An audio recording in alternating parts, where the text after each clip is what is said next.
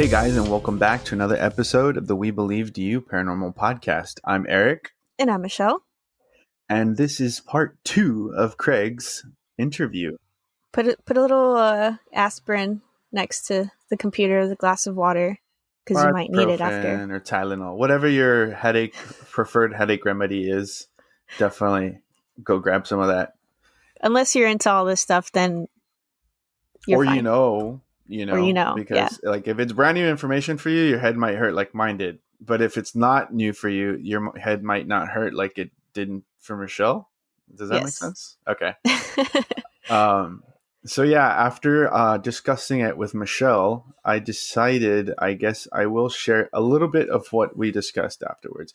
I mean, it's not long or anything like that. It's just basically I was talking to him about some personal stuff and experiences that I've had, and he asked me, oh no, this is what it was. He asked me if we had anybody who did like voodoo or anything like that in our family, and I was just like, oh, wasn't me. Yeah, no. And I was like, I don't know if it was necessarily voodoo, but I know it was like, I honestly, we don't know exactly what it was. Could have been like some sort of, point it was some sort of black magic, I was like, yeah, my grandfather. And he was like, yeah, okay. He goes, kind of got that vibe. And I was like, well, that doesn't make me feel, great. And he goes, yeah, it just seems like you have that voodoo blood in you. And I'm like, that doesn't make me feel good either. And then he said that I guess somehow my grandfather's, kind of attached to me or something, which again doesn't make me feel the best. But we also don't really know if he's alive or dead. Yeah. Or do we want to just assume he's dead? I want to assume that he is, just because of information I've gotten from people. And Dad said that he's been told that he passed away. So gotcha.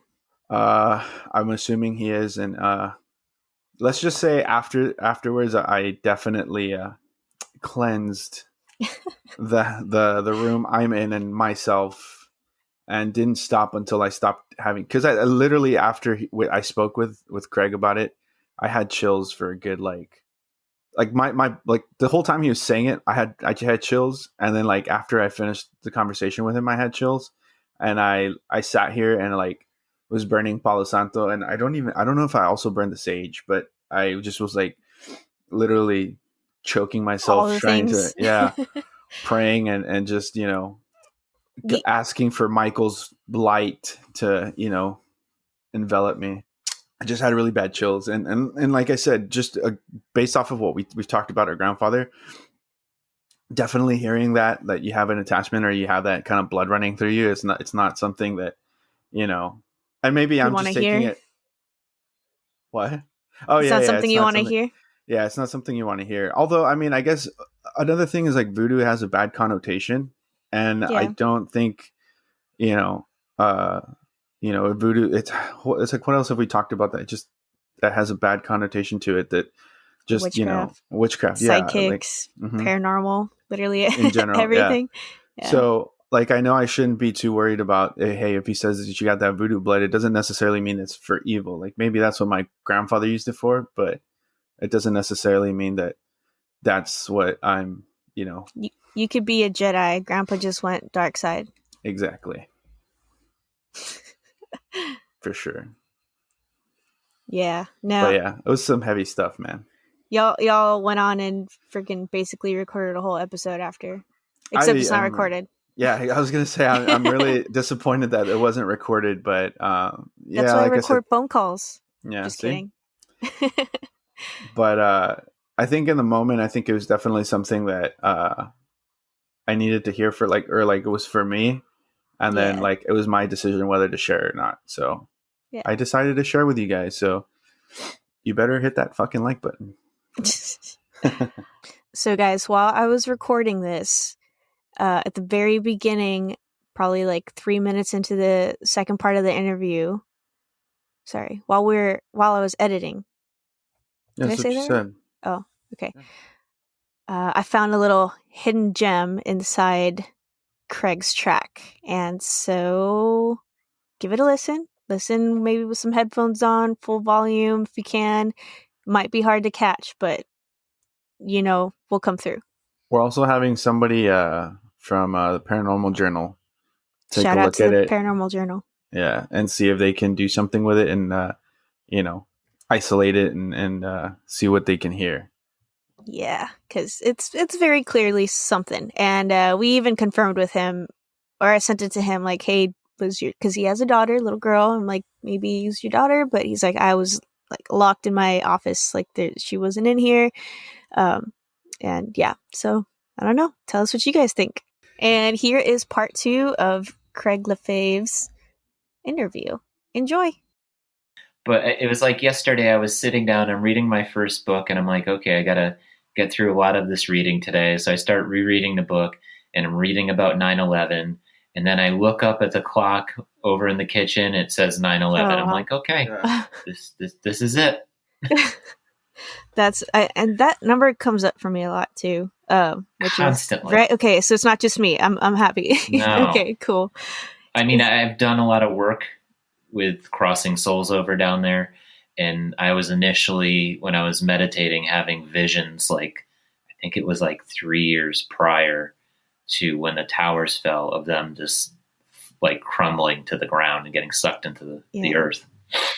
I'm glad you brought that up, because that was one thing that when you talked about going to ground zero after, I can't even imagine, especially someone who's sensitive, to go to a place like that, because I know that when I went, and I'm not very sensitive, but that was super overwhelming for me. So somebody who can actually hear and talk to, and see, these souls, I can't imagine how overwhelming that could possibly be. Or am I wrong? You're very right, because it took me, I've only started visiting there. I mean, I've been going to New York City for work for the last 13 years, but I only started like going down there in the last few years to do work on it. And, after my run-in with that spirit I mentioned in my book, in Whole Foods, of all places.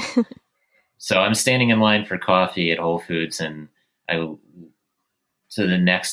there's this apparition that appears next to me, and I gasp for breath, and it's a woman that was like burnt from head to toe. She was like smoking. Oh, wow. So I had gone after that down to the memorial site to do a soul crossing, and then it was, calling in angels from all the directions and whatnot, the usual kind of routine. And I made sure it was like over the fountain, so the water was the conduit. And I'm there for a while, and then Mother Teresa comes and stands next to me to help me. And then I just see waves of people like walking from across the street, like out of the buildings, and coming from like all different directions. Like there were so many fucking people that were just stuck there. And I don't know if it's because of the city, but that was like one of those surreal kind of experiences. And I occasionally will go back down there and do a crossing, and there's stragglers, or there's just bad energies that were anchored there to take, like, bring them back over. Because like sometimes when you're crossing souls over, you'll see people, animals, different things. You may see a giant. I know it sounds weird, but there's that have been like cast out and stuck here for a long time. So you'll get occasionally people from the Civil War, different types of things. And occasionally you'll see things that come up. You can just call it hell, or the void, but you see these things that are like, have been there for eons, that are dark and black, and they come crawling up, and usually right by your feet, and almost look like they're like the half top torso of a human being, like crawling towards going through the circle to get back to the other side. And the last time I was down there was a few weeks ago, and I wasn't seeing any souls going across really, and didn't have any overwhelming sense. And then like from behind me, like they all like kind of came crawling out of the ground, and there's a bunch of them.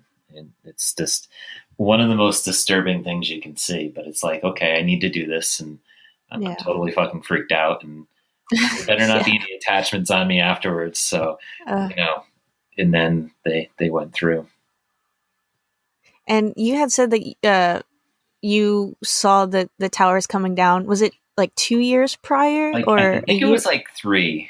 3 3 years. Yeah, it was at least like 3 years, and it happened a few times. I kept seeing it, so it was disturbing. And I had mentioned this to somebody else in a previous interview, but I had been at 9/11 one day and was doing a crossing, and I could see, like, I guess it was weird. It was like I was looking down into the ground, into one of the fountains, because the foundations are now these huge, immense, like waterfall fountains.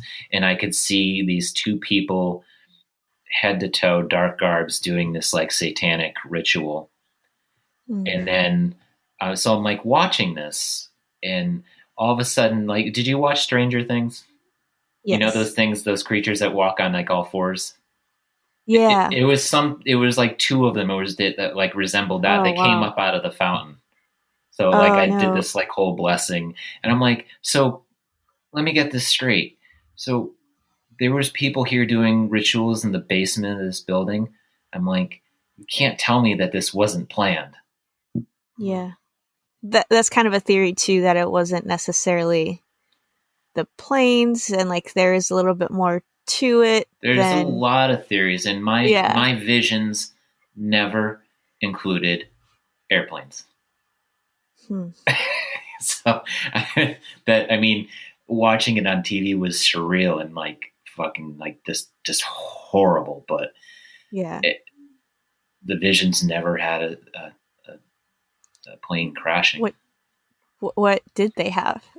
They were just the buildings just collapsing and falling, like they were leveled right to the earth. So more of, because I know one of the theories is like explosions on the inside. Yeah, so that's something more like that. That would be what it looked like. Okay. Like an explosion, like underneath, and the buildings collapse. Wow. So yeah, there's some darkness around it, and not just because people lost their lives, hundreds and hundreds. Yeah. Wow. It's one of those things that never gets out of your head. I mean, for a lot of people, the tragedy of it all, I mean, it's horrible on so many different levels, but the fact that there's such unspeakable evil here. Yeah. Well, I know we are coming up, or we're actually over an hour, so I do want to be conscious of your time. Do you still have some time? I have plenty of time to talk. Yeah.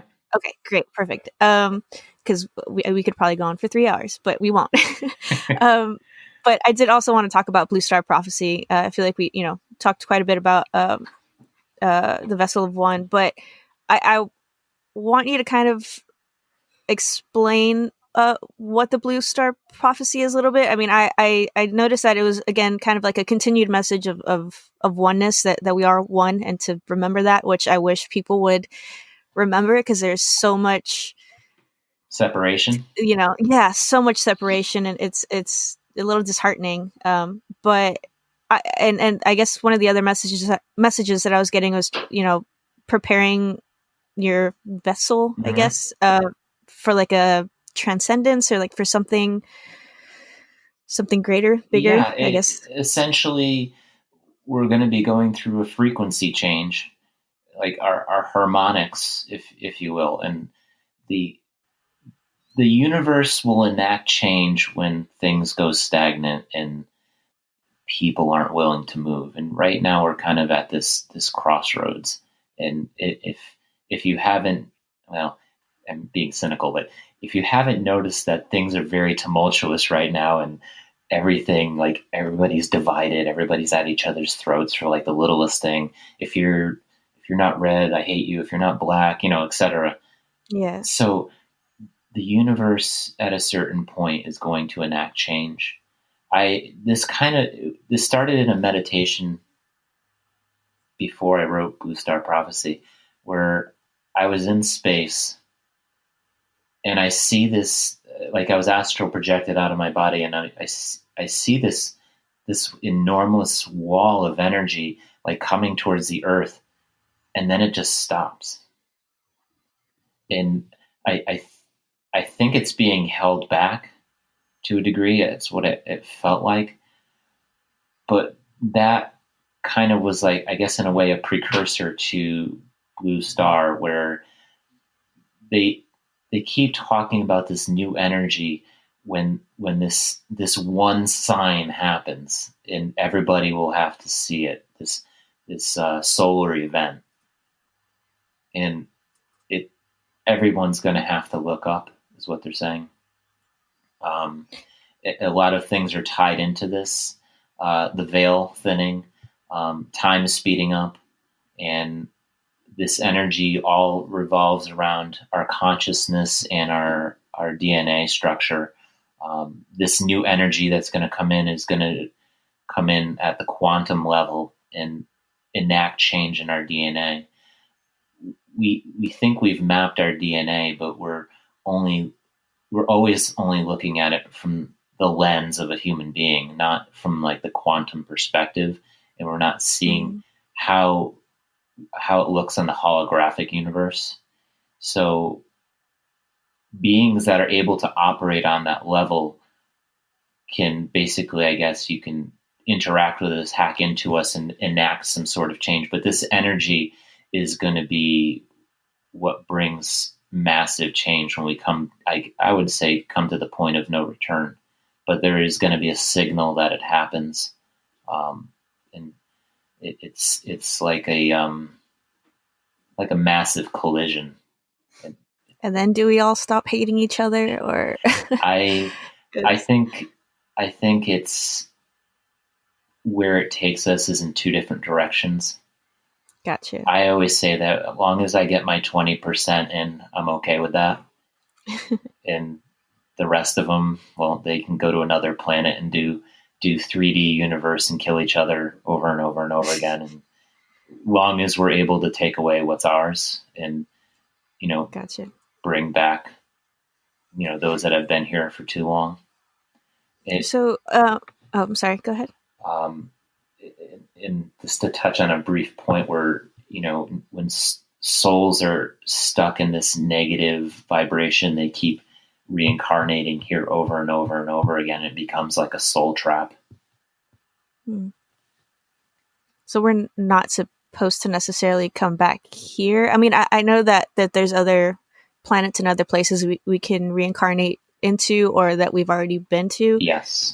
Is it just that this is, I know a lot of people say like, oh, Earth is hell, but is it just one of the harder places to reincarnate to? Oh yeah. And there's also parallel universes to this one too that are very different looking, that are also Earth too. You're just you're on this like Eric said earlier, you're on this one station, this one frequency right here. And this could simply mean us adjusting and tuning into a new station where we're like, oh, we're finally rid of all the assholes. Look around.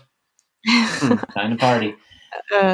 Nice. That'd be great. It's tough to say because we're so limited in how we can perceive things. And, science is trying to get to this place and trying to break things down where they can quantify, what reality is and, what the quote unquote God particle is. And all they need to do is look inside the human being, within this structure, and you'll find all the answers that you need. It holds all that information. It holds the blueprint of 28 different races. It has a quantum level to it that attaches you and connects you with all the other information in the universe. And keeping people distracted, held up in wars and poverty, you keep people away from all this. When you ununify people, that we have to go in the opposite direction and bring everything and everyone towards oneness. It's the only way to really get out of the situation that we're in. And, human beings are really good at, being subversive and saying, well, you're different because you look like this, or you're not black enough, or you're not white enough, or, there's a million different reasons we come up, and everybody's guilty of it. It's just like human nature, but how do we reach a point where we can get past that? And is the universe, in the mechanism that it is, going to reach a point where, okay, boys and girls, we have to send some kids off to college and the rest of them are going back to kindergarten because you haven't learned shit. So that's kind of what's going on in our story. And it's important to realize that this story has been stopped and started repeatedly. And we see remnants of that all around us. And we're like, when did this get built? Or how do you think they made that? They didn't have tools. They didn't have machinery. And, there's a lot of different stories that have taken place here over time. Would that be like Atlantis and the Lemurians? Yes. And Yes. Okay. Yeah. Well, so does this have anything? Sorry, Eric, do you have anything before I ask? Because I feel like I keep asking questions. My head hurts. Okay. You're going to have like a energetic hangover after.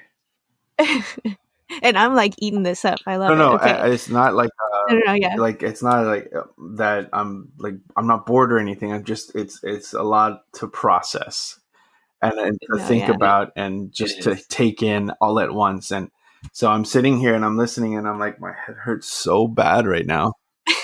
And this is why I constantly have taken to the point where I'm like, yeah, I understand this, and I think I get what's going on, and then some other concept comes up, and you're just like, no, you're not even you're not even at the point where you're grasping straws yet.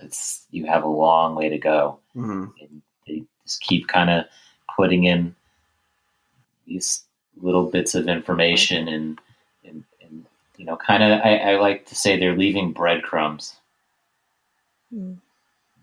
Because we are supposed to do this on our own.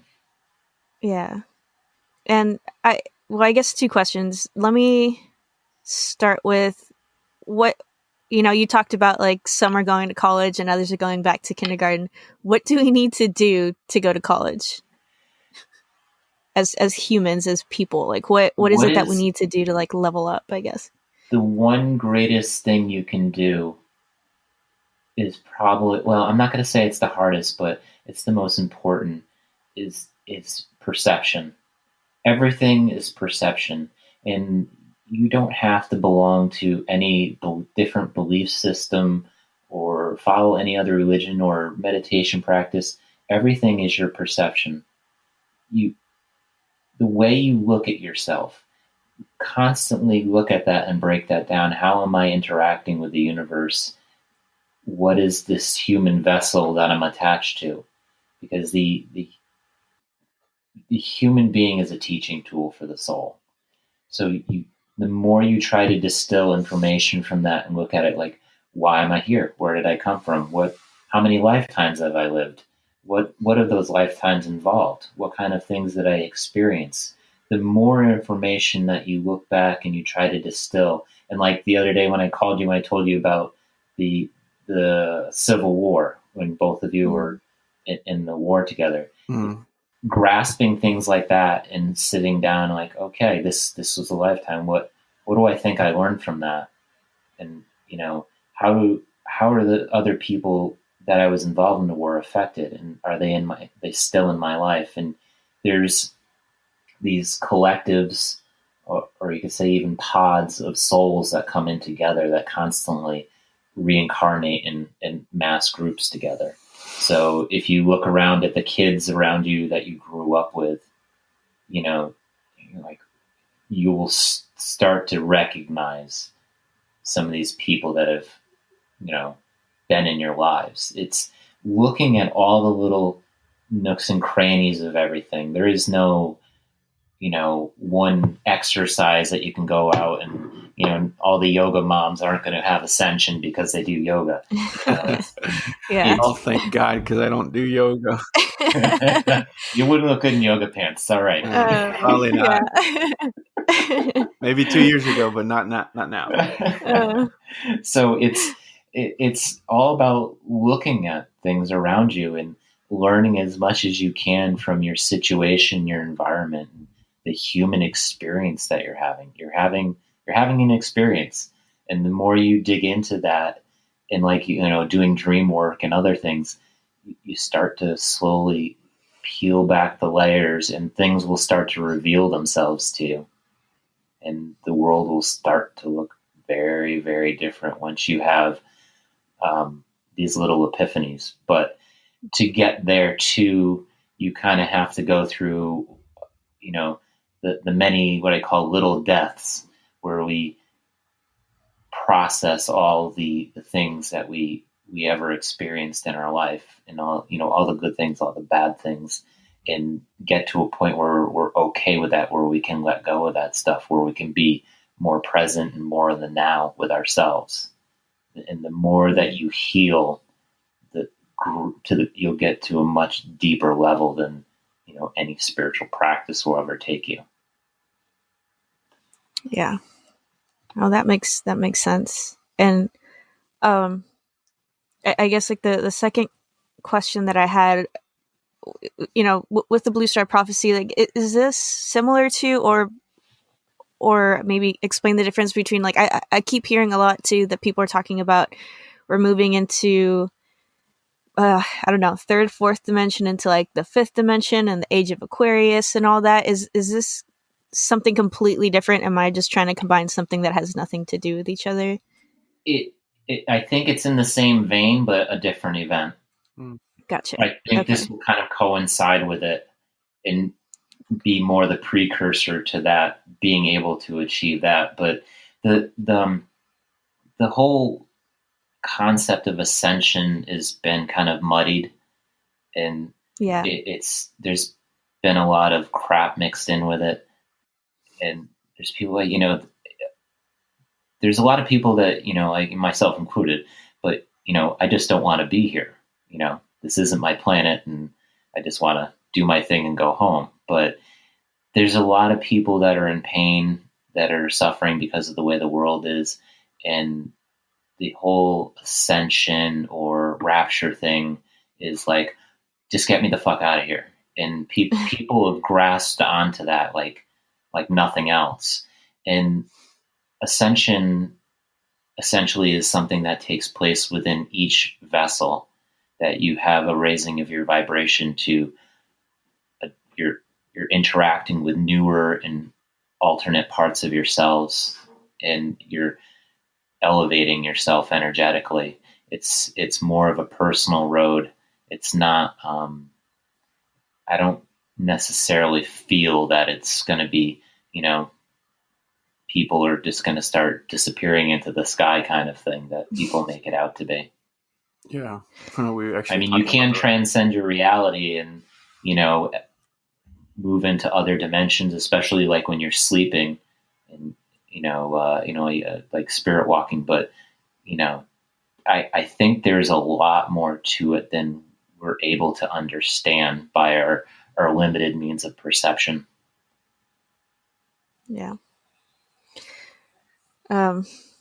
Eric, were you gonna say something? No, I was just gonna say that we also spoke about the rapture, but because that's what it, like when she was explaining this to me, or when she was talking about this to me, that's what it sounded like to me. Was like, how you hear in like Christian religions about the rapture, and how know you're gonna ascend to heaven, and everybody who wasn't whatever is gonna get left behind and stuff like that. So when she was explaining that to me, that's what it sounded like to me. Yeah. And there very well could be a massive separation, and maybe everybody that chooses to be in 3D stays on that frequency, and the other people change channels, and all of a sudden they don't have to deal with that limitation anymore, that they're on a completely different level.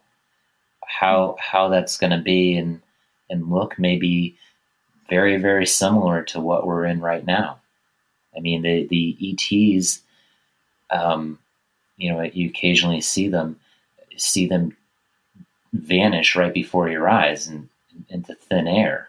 Like, how is that possible? How are you walking through the door and like you're solid 1 minute and the next minute you dissipated before me?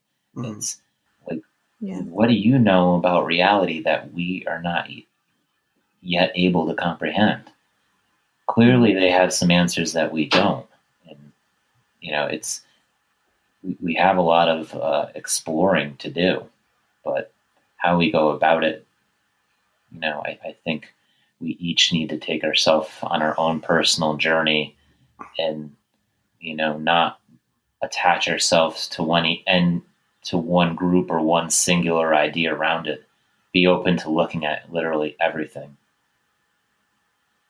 I keep hearing, or I don't keep hearing, sorry. It's actually, I heard it just on one podcast, but somebody explained that we're trying to separate, like, ETs are over here and like ghosts are right here, and angels and demons are over here. And this person was like, I don't think it's all separate things. I think it's all on the same spider web of Oh yeah. you know what I mean? Like, it's all connected. We just keep trying to separate it, I guess, because that's how us humans are. We want to separate everything into a category when it's just literally all the same spider web. You're taught at an early age that you separate the colors. You draw the lines around this. This is what is. This idea is limited to this box. I mean, this is what is taught, and especially our science. So it's all contiguous. It's all one. One thing extends into the next, and I'm working on a story right now. I've started writing a little bit of fiction. I'm working on a story called The Cube Life, where it starts off in 3025, and the main character dies, and he ends up having to go into the afterlife, but he gets sent into the void. And I don't know where I came up with the concept of this. I know other people obviously know about it that deal with stuff on the other side, but there's like this in-between space that things go in and out of, this emptiness. I'd written a short story prior to this one I'm working on that dealt with, this in-between space and being stuck in the nowhere. I think that, or I'm pretty sure that I know that they're utilizing this space, this empty void that butts up against our reality, and they know how to manipulate it so they can go in and out of it. Mm-hmm. Well, that makes sense. And it does, and I was going to say it does and it doesn't, but it does. It's just, again, like one of those concepts that I'm like, I need more information or to better understand. Yeah. And I don't know where, like, I just was given the idea, like some, ideas and characters and other stuff kind of get put in my head. So I think they influence a lot of my writing, and I sat down and wrote that story about that, and I have no idea where that came from. And I had never had any thoughts prior to it about what it was and how this kind of in-between space existed, and how does it plug into this world? I do know that, the layers of reality and the alternate dimensions, they are right up against each other, like just like a stack of papers, so it isn't as far away as we think it is. It's, I keep going back to Eric's analogy, changing the station. Yeah. Oh, okay. I did, I guess, quickly want to talk about the message that you did receive for us, or that you had, I guess, that got downloaded. Mm-hmm. You kind of mentioned it earlier about the Civil War, and just before that, for our listeners, Craig's going to kind of tell us what it was, but there's a reason why the Civil War is important to Eric and I, and I'm not really going to go into the details because it makes me look really bad. Dang, I was going to try and make you look bad. No, No, it makes me look really, really bad, but I swear whatever I had said, it was pure innocence and me just wanting to argue with my brother. But basically when we were young, we got into this huge argument about, Confederate versus the Union, and we were always split, and then we just kept the argument going again just for the sake of arguing. And then Craig reached out and said he had a message for us that he received, and it has to do with the Civil War. But Craig, if you'd like to kind of go into that a little bit. So again, the bathroom was the telephone booth. The second I walked across the threshold into the bathroom, I got a download about you guys, and I don't even know you guys. So it was weird. So I had reached out to Michelle, like, hey, let's talk. I have some information for you. So what I was given was that you were both in the Civil War, except you were on opposite sides, and that you were both messengers or couriers running back and forth from the trenches to alternate sides. And the part of the other message was there was a metaphor kind of sewn into this, where you weren't supposed to be jumping into the trenches, but look over and see what was in them and report on it, but don't get caught up in the battle. And that was something that Eric and I mean, at least for me personally, I always have this temptation, I guess, figuratively speaking, of wanting to jump into the trenches. And I know Eric, kind of same situation, but for whatever reason, we always end up not, even though it's very tempting.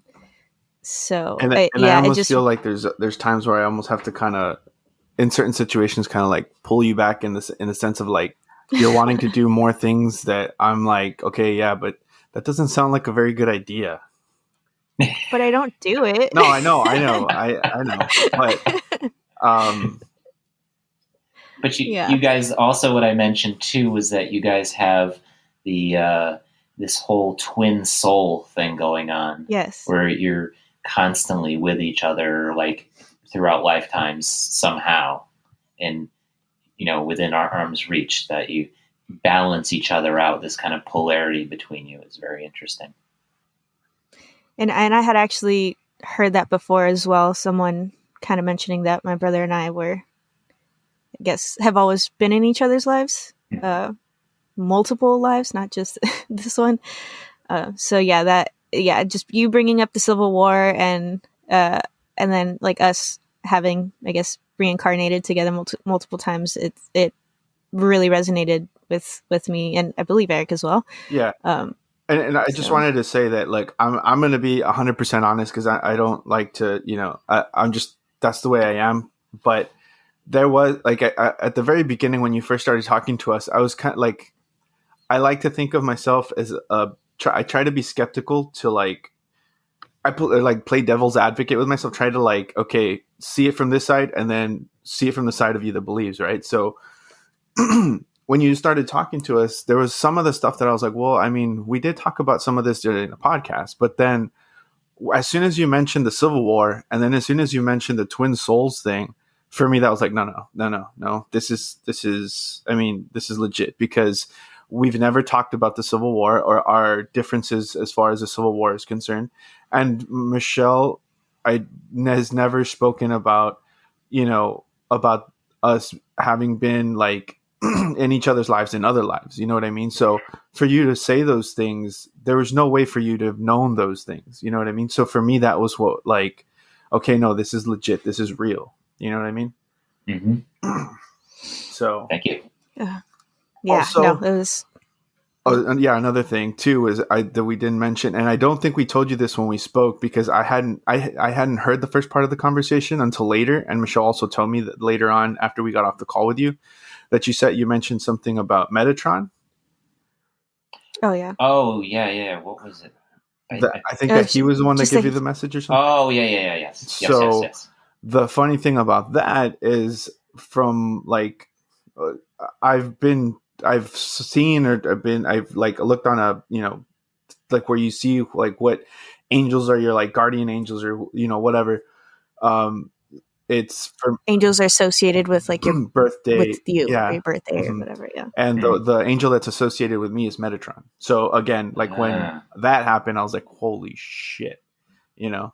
I mean, Metatron is the most badass of angels too. I mean, not to be derogatory towards him, but he is like, well, I'll explain it like this. When I was in the hospital and I was praying before I went into my foot surgery, and I called in the angels from 5 directions, and they were around me.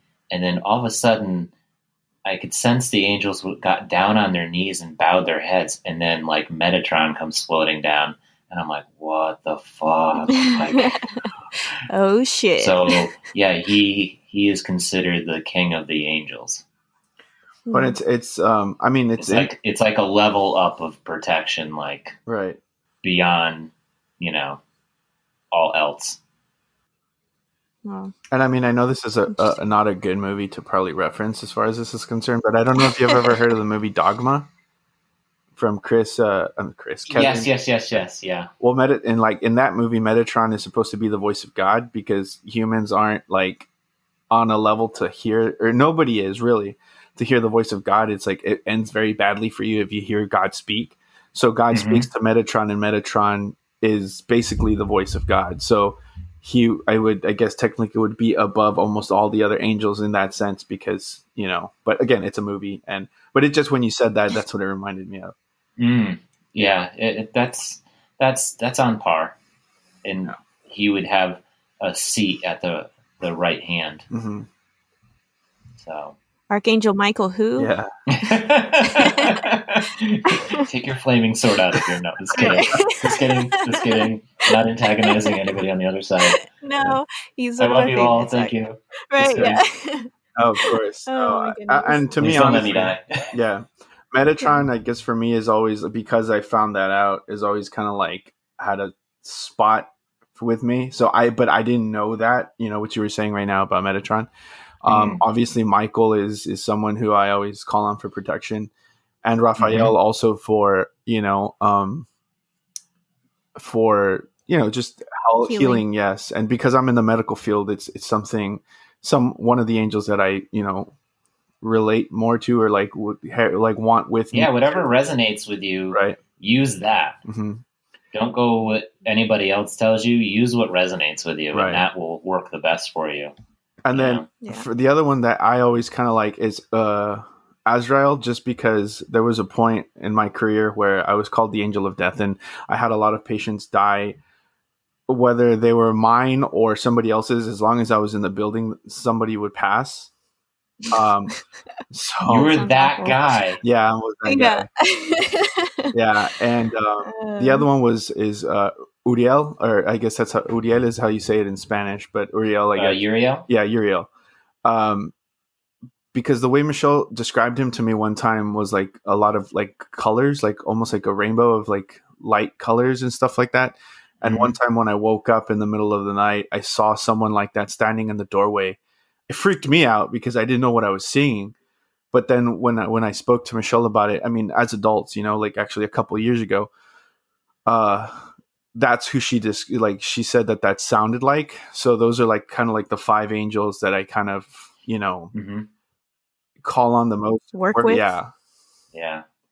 And I honestly call them in like every day, and, you know, before I go to sleep too, because there's a lot of stuff going on, and there's a lot of negative energies on the other side that would like nothing better than to take down people that are trying to change the storyline here. That makes a lot of sense. Yeah. And it's usually, I'm going to try to take you out when you're in your car. So. Oh God, no. Yeah. Okay. I had this one experience, and this is before I really started perceiving things when was I? I was in college, and it was probably about that time. I mean, I started messing with all this and reading up on stuff, but I was driving back from the bookstore going through North Haven, Connecticut towards my house in Wallingford, and I was cruising along and then a car came flying out of the side street, like just full throttle right in front of my car. And it was like time slowed down, almost like it stopped. I didn't even like, didn't even like barely draw a breath. And the car must have come literally, no exaggeration, within an inch of my front bumper. I should have T-boned the car, like smashed it. Wow. And you just barely missed it. It would, within an inch. It was just, I don't know how that's possible, but someone was looking out for me that day. No, that's awesome. Oh, wait, I was going to say, I think we both had our share of motor vehicle accidents. That something bad should have really happened, and somehow, yeah. Yeah. But, yeah. And after my last accident, I'm like, guys, how come I got hit? What happened? And they're like, we couldn't stop it. I'm like, fuck. Yeah. This is part of what you signed up for? I guess. Yeah. I really don't want to wrap this up. I just wanted to say, though, when I was looking into you a little bit more, two things. One, your poetry that has to do with ETs. I was like, it's literally two of my favorite things combined into one, and I have to read it. Finally, somebody likes it. Yeah. No, I have to. I need to actually get those books and like read through and put them up on my shelf because, it's like I can get behind that for sure. But what was the other? So then the other thing too was when you reached out, and I got your books and stuff. I was like, Blue Star Prophecy. That sounds so familiar. I could not, for the life of me, remember where I had heard that. And then when I went back to your Instagram, I saw followed by, oh my God, Mysterious Radio. I was like, holy shit, hold on.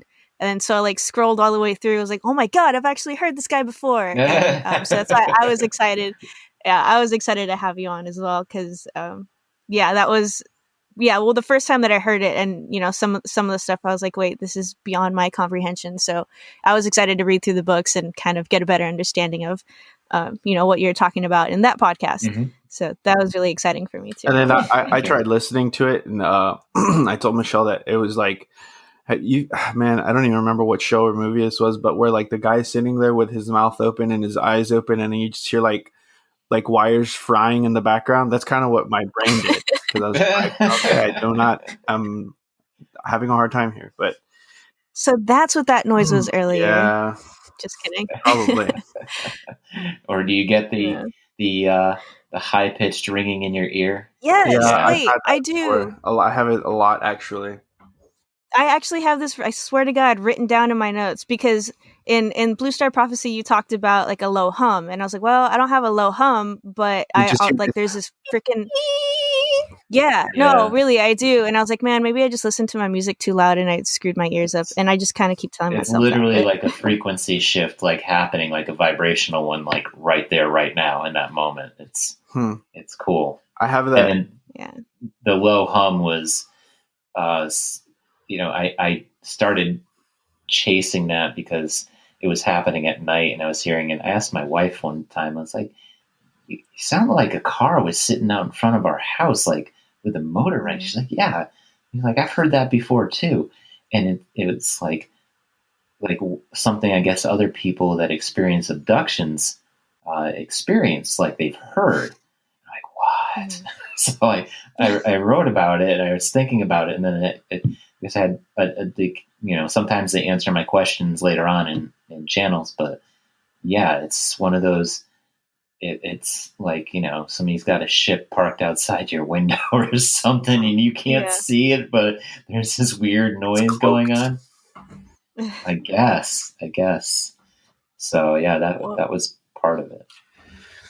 The very last thing that I'll bring up, and then Eric, you can say whatever you have to say, was the picture that you sent, like your family photo with the reflection of an ET, like in the, I guess the armoire window glass thing. That gave me full body chills every time I looked at it. And I went back and I looked at it again today, and I was like, that is so.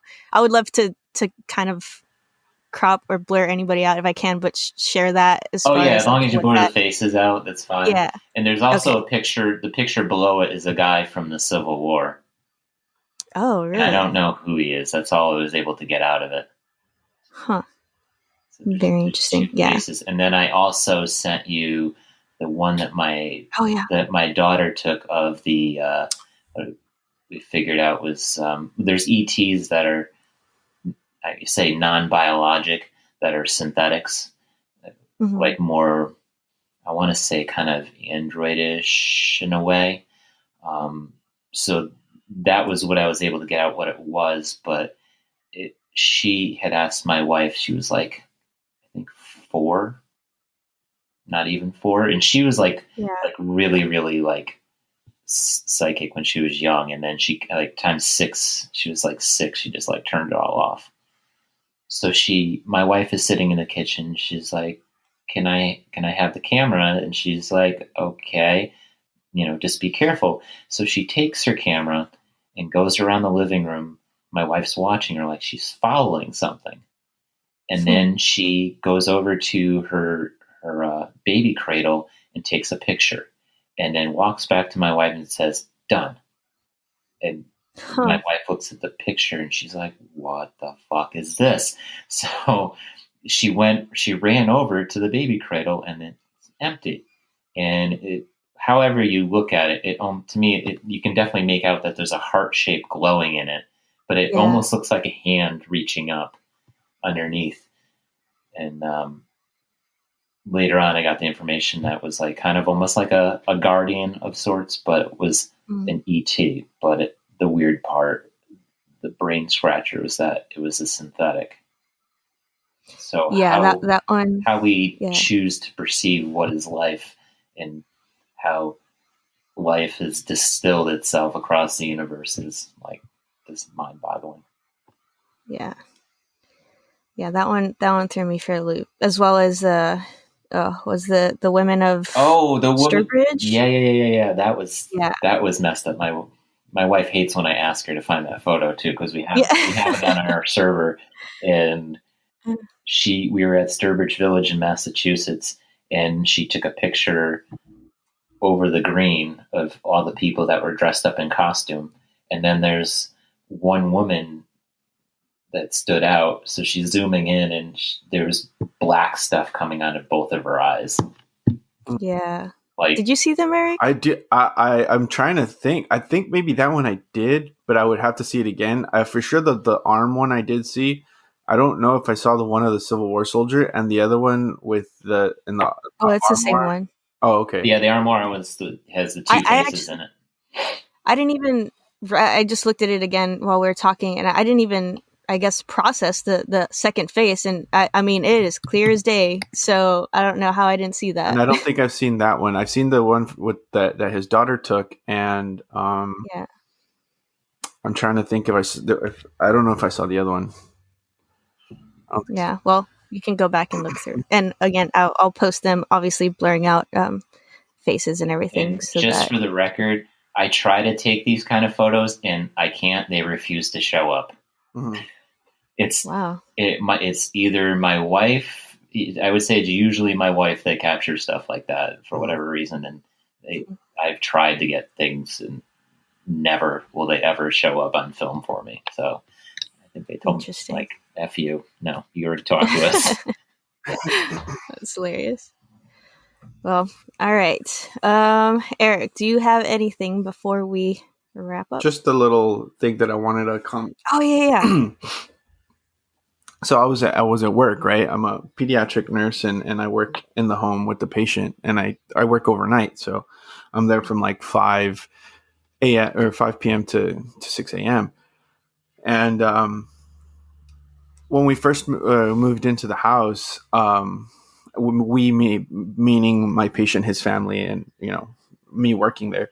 When we first moved into that new house, I hadn't really like felt any kind of energies there or anything like that as like I did before in the previous house. But what started happening a lot was we had things plugged in, and like we would turn them on and it'd be fine, but as soon as you would turn it off, it would cause a short. So you would have to go flip the breaker and stuff like that, right? So then sometimes when I was like, and in that, when we first moved into that house, I started getting really into watching ghost shows again. This is a house like you're talking about, regular like live-in family house, right? Yes, it's an it's like a little duplex type house. So it's 3 bedrooms, 2 bathrooms type of house. And so we're there, right? And I'm turning on this as I'm watching these shows, I'm having these experiences more, and from what I was told, like it didn't happen with the day shift nurse. The other night shift nurse, it happened occasionally, but not as often as it was happening with me. So then I was like, you know what? I just stopped watching the shows again. I just didn't watch them anymore. And all of a sudden this stopped happening. They also rearranged the room. So I don't know if it had anything to do with like where stuff was plugged in, but that didn't really make sense to me because, it's one room and it's one breaker. So like, I feel like it doesn't matter where stuff's plugged in. It should all, it's all the same amount of power that's being used. So the other day, again, we had that issue where like I couldn't interview Sunday. So we were trying to move the interview to Saturday. And then Michelle and I were talking about it, trying to figure that out. And, just other things, work and the podcast and life in general. Just, I started feeling like a lot of anxiety and just really anxious. I feel like I was also projecting my anxiety and my anxiousness. And so we're both just like balls of anxiety, just feeding each other more anxiety. So I started feeling it and I just started building and building and building. And I'm sitting there in the chair that we have in the room, doing my notes and stuff like that. And my patient, he's there. And I mean, nothing that was on at the time, like there was nothing on at the time that isn't usually on at that time, of day, you know what I mean? So I'm sitting there and I'm feeling just this overwhelming like anxiety just continue to grow and grow and grow. And then all of a sudden, boom, the power goes out in the room. And it also went out in the siblings room, which is odd because usually if the power, they're not connected as far as the breakers are concerned. They're on 2 different breakers. And it's close, but not like you still have to like get out of the hall, go like maybe 6-7 feet, and then it's there. The other room is there, and the mother's room is next to it. So, this happens, and like those 2 rooms, the breakers flip on those 2 rooms, and the power goes out in those 2 rooms. The rest of the house is fine, and like after that happened, I don't know if it's just because I got freaked out or what, but like I didn't feel that tense like anxiety feeling anymore.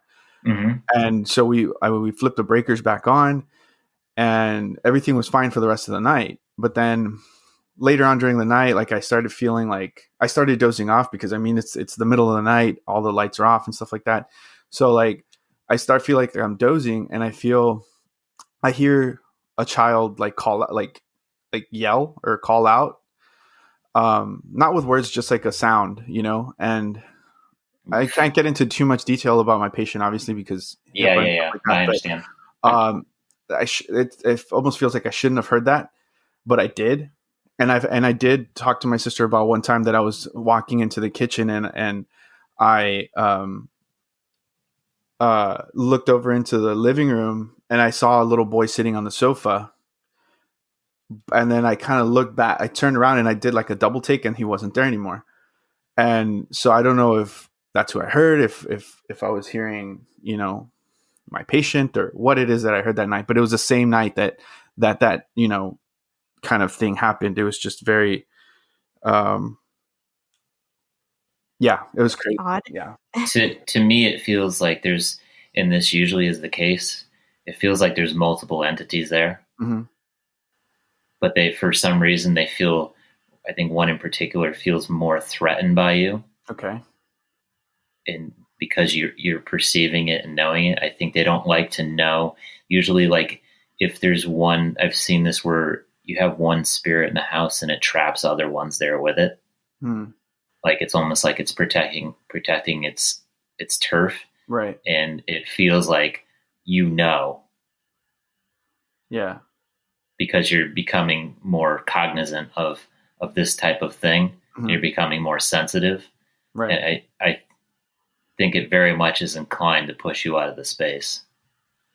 Well, I mean, I'm not going anywhere, so Yeah. Level up your protection. yeah, definitely. Call in those angels. Can you sage that place or? Probably not. No. Yeah.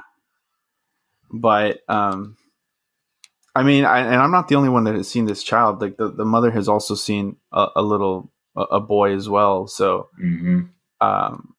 And again, like when we first went in there, I hadn't seen or anything. Like I hadn't felt anything, and then it just stuff. And typically I don't in that house, but it's just things happen, and it's just very weird. Mhm.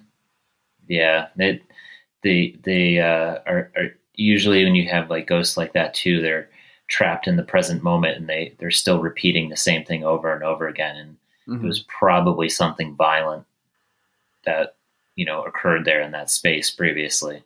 And this kind of leaves like a watermark too. Right. Wow. That's fun. Yeah. Oh man. Yeah. I would just kind of make it your intention. You walk in there like one night, just do a prayer, and maybe work with Metatron, whoever else you have, and Mm-hmm. put a bowl of water out in the middle of the table, bless it, and then do a prayer of intention that they cross over. Okay.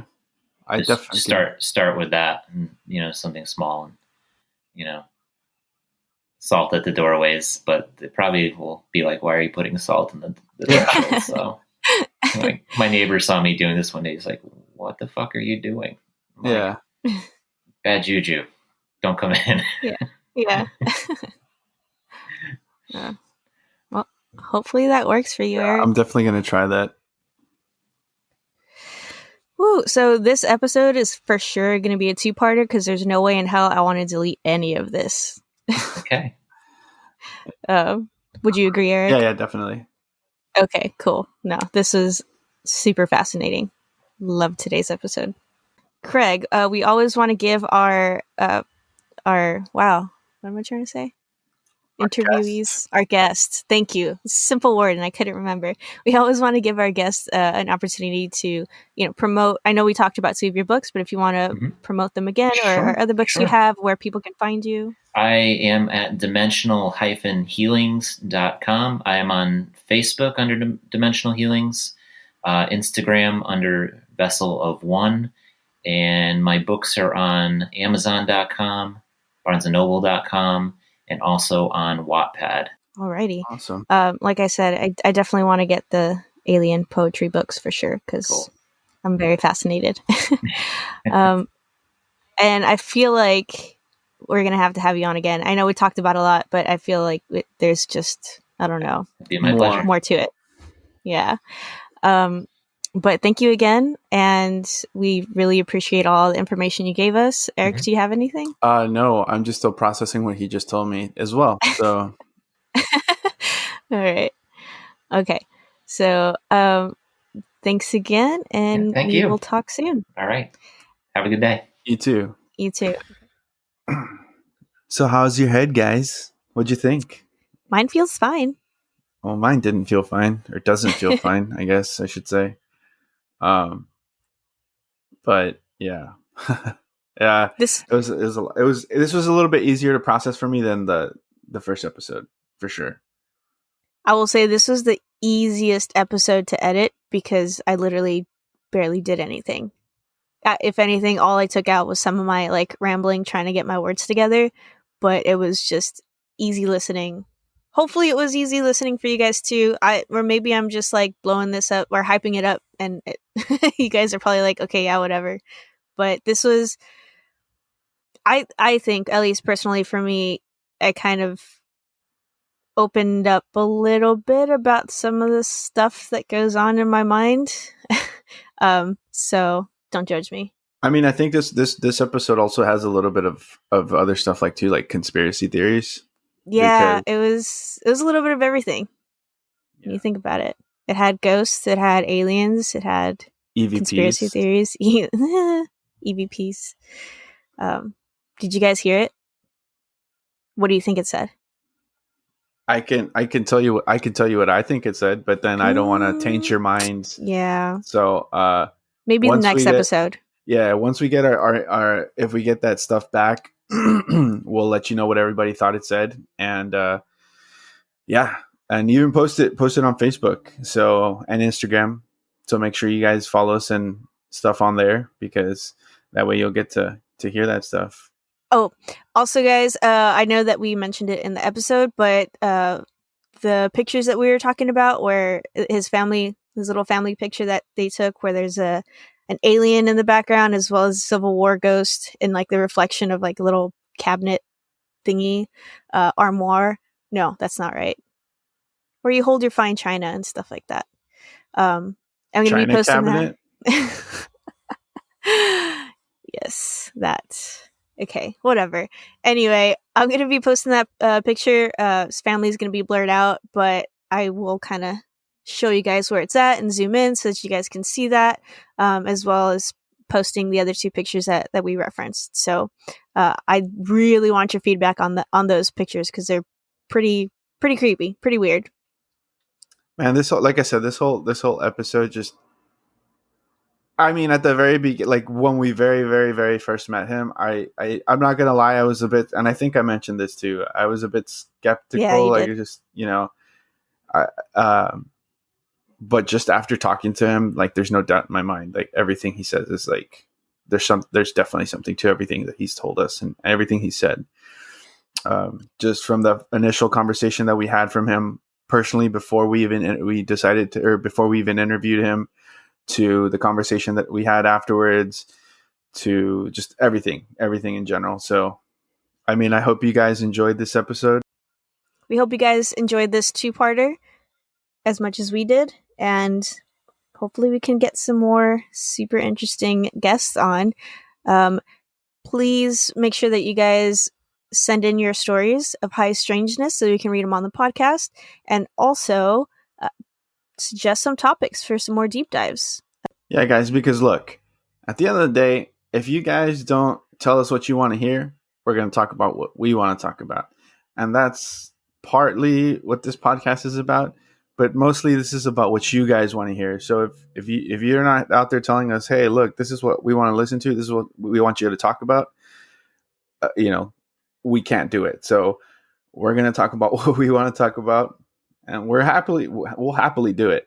You know what I mean? But yeah, go ahead and send us those topics. Also, don't forget to 5-star us on Apple Podcasts. Subscribe to our YouTube channel, and just follow us. Spotify, yes. And follow us on Facebook and Instagram and Twitter, because we got a Twitter too. And if you need to send us a message because you want to do an interview, or because you want to send us those stories or those topics, you can do that by getting us at Instagram. It's at We Believed You Podcast. On Twitter, it's at WBDY Podcast. On Facebook, it's We Believed You with a question mark. And our email address is webelievedyou@gmail.com. So make sure that you send us a message, because we want to hear from you guys, because we believe. Do you?